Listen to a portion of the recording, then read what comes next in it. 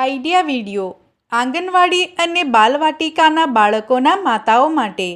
નમસ્તે। આજની મીટિંગમાં ઉપસ્થિત દરેક માતાઓનું હાર્દિક સ્વાગત છે। આશા છે ગયા અઠવાડિયે રોટલીનો ચેવડો આ વિષય પર વિડીયોની જાણકારી તથા ઉંમર પ્રમાણે આપવામાં આવેલ વર્કશીટ પર તમે તમારા સમૂહમાં ચર્ચા કરી આ પ્રવૃત્તિ બાળકો સાથે કરાવી હશે। તમારા વિચાર અને અનુભવ અમને જરૂરથી જણાવો। ચાલો હવે આજના કામની શરૂઆત કરીએ। ત્યાં સુધી વિડીયોને અહીં રોકો। ચાલો હવે આગળની પ્રવૃત્તિ કરીએ જેનું નામ છે કરીને જોઈએ। દિવાલ પર 4 સામાન્ય ચિત્ર બનાવો। દરેક સમૂહમાં 2 માતાઓને લો। એક માતા સામે ઊભા રહેશે અને બીજા માતા તેમની પાછળ ઊભા હશે। પાછળ ઊભેલા માતા સામે ઊભેલા માતાની પીઠ પાછળ આંગળી વડે દિવાલ પર બનાવેલ ચિત્રમાંથી કોઈ એક ચિત્ર દોરશે। સામે ઊભેલા માતાએ અંદાજ લગાવીને તે ચિત્રને ઓળખવાનું છે। આ રમત રમો ત્યાં સુધી વિડીયોને અહીં રોકો।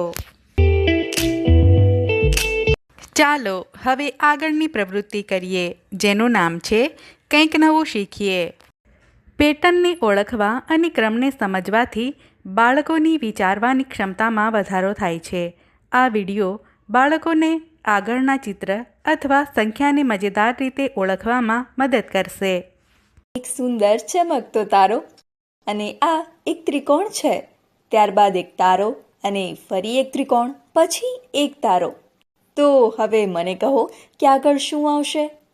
જુઓ તો તારા પછી શું હતું? ત્રિકોણ। ત્રિકોણ પછી તારો એટલે અહીં તારા પછી ત્રિકોણ આવશે, બરાબર ને? હવે આગળનો કોયડો જુઓ। આગળના કોયડામાં શું છે?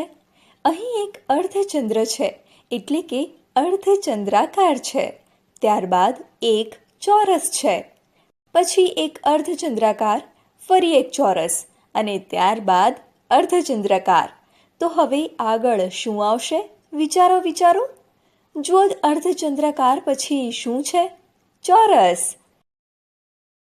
તો અહીં પણ અર્ધચંદ્રાકાર પછી ચોરસ આવશે, બરાબર ને?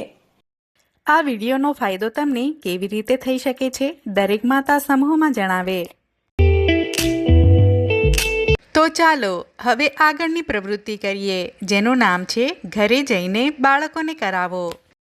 ઘરે મજેદાર રમત। બાળકોને વાસ્તવિક દુનિયાના વ્યવહારોમાં જોડો। તેમને અલગ અલગ વસ્તુઓ ખરીદવા માટે બજારમાં લઈ જાવ અને પૈસાનો ઉપયોગ કેવી રીતે કરવો તે શીખવો। અને બીજું, બાળકોને ગણતરીની પ્રવૃત્તિમાં જોડો। અલગ અલગ પ્રવૃત્તિઓ માપવા અથવા ગણવા માટે તેમને હાથ, પગ, લાકડી, બોટલ, કાગળની લંબાઈ વગેરેનો ઉપયોગ કરવા માટે માર્ગદર્શન આપો। આપવામાં આવેલ વર્કશીટમાં બાળકની ઉંમર પ્રમાણે પ્રવૃત્તિઓ આપવામાં આવી છે, તેને સમજો અને બાળકોને કરાવો। આજની પ્રવૃત્તિઓ અહીં પૂરી થાય છે। આવી જ નવી જાણકારીઓ અને પ્રવૃત્તિઓ સાથે આવતા અઠવાડિયે ફરી મળીશું। ત્યાં સુધી તમારું અને તમારા બાળકોનું ધ્યાન રાખજો। ધન્યવાદ।